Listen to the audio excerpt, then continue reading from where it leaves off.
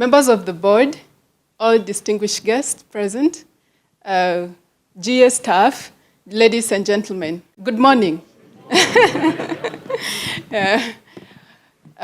So there is so many reasons why we should actually conduct these climate conservation strategies. And I believe that every single person in this room has reason. But the one that is most intriguing to me is that if we do not take the correct strategies to correct the situation, then we're likely to hand over a dilapidated planet to future generations. And from where I sit, there are instances that I've tried to picture my 80-year-old self trying to handle some very uncomfortable confrontations. Things like, Grandma, is it true that we are having this heat wave because of you and your generations not having done the correct thing?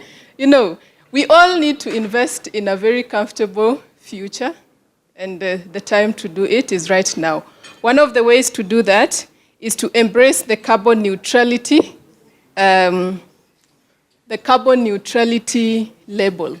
So my role here is very brief, and I'll just make it as brief as that. I'd like you to understand what it means to be carbon neutral. And perhaps the best way to set stage for that is to introduce the topic with something that we're already familiar with. Every time you withdraw money from the bank, you do get a message, and it tells you your account was debited with X amount of money, right?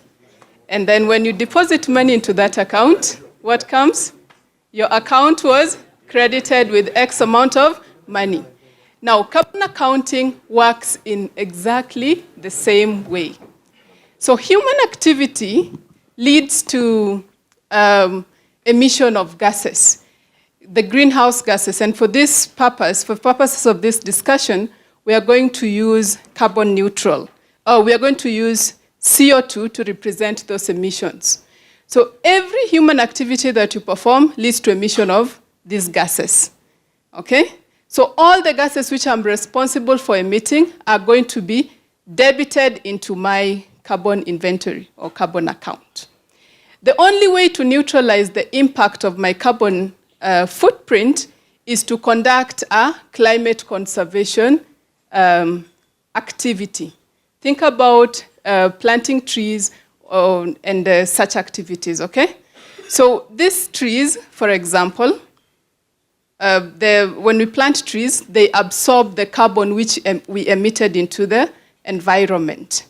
So the amount of carbon which these trees are able to absorb from the environment are what are going to be credited into my account. So for you to be considered carbon neutral, okay, you ought to have done enough, planted enough trees to absorb the amount of carbon that you emitted into the environment. Is that clear? Okay? So when we set out into this journey in coming up with the first carbon neutral insurance cover, we did exactly that, but not for me as Margaret, we did it for the insurance cover. So what does it take? It's quite a journey. We began by, first of all, mapping the carbon footprint of an insurance policy. Think about the kind of activities that goes into administering an insurance product. And luckily for us, we got just the right consultants to do that. We are happy today that the event has been graced by Planet Moja. They worked together with My Carbon, and the assignment was very simple. Tell us how much carbon emission is associated with our insurance activities. So they mapped out what we call the life cycle assessment. Looking at an insurance cover right from the development stage, it goes through the marketing stage, it's going to be underwritten, and later on, in case of a claim, there's going to be some administration involved in that. All those activities lead to emission of carbon. And in our inventory, we actually, our consultants were able to tell us how much carbon is actually emitted during that whole process. But something more intriguing that we'd later find out, of course, after being advised by the consultants, that we are not just responsible for the direct emissions that we make as an insurance company. It goes a bit further. So the subject which we are insuring here is electric vehicle. We know that these products are quite clean, okay? But our electric grid is not 100% clean energy. So there is still some residual emissions that is associated with these electric vehicles. And you know the news that they broke to us? Because we are enabling the service.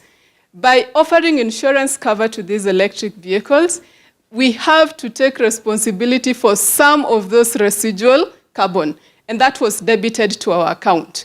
Then the next task that we had to do is to identify avenues for reducing our carbon footprint.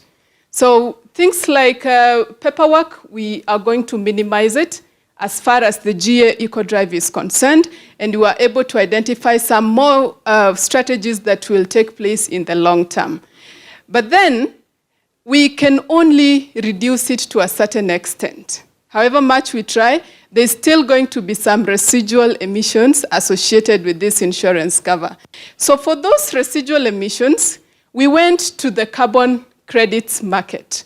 And I think now it all adds up. We now needed to purchase enough carbon credits to make sure that our account is neutralized. And that is how we met the conditions to be now called, for this product to be certified as carbon neutral. Now, this doesn't just happen in a vacuum. There are standards that accompany this, and specifically for this assignment, there is the first standard is the GHG protocol. The second one is ISO 146.7, and that is how we qualified to get the PAS 2060 certification. Now, for me, I look at this as such a game changer. You know, I've followed closely the conversation that goes on every time we have this global forums on climate change, etc. Specifically, the COP 26 all the way to 27, and now we are waiting for COP 28. There is always the element of financing, okay? If you look at this structure, you notice that as an insurance company, first of all, we have taken the step to look at our product and map its carbon footprint. So we are being transparent and we are being accountable in our activities. The next thing we've done, we have gone to the carbon credits market and purchased enough carbon to offset our footprint. What we are basically doing is financing climate conservation strategies. And I think that is going to be a game changer. If every single person being a decision maker here today was to adopt this, then we will be able to unlock the much needed funds to finance these climate conservation strategies. So mine is just to urge everybody, if you haven't thought this direction already, I think it is a good time to give it a serious thought. We could actually be heading towards the right direction. And I also just want to thank the Product Development Committee. You did a good job in supporting this whole exercise. And this far we have come, and even in the future engagements, because getting the certificate is one thing, but in future we have to monitor and make sure that any further emissions that are going to be associated with GA EcoDrive will have to be offset. And that is my submission, so I'd like to invite Dilawar to take us through the insurance aspects of it.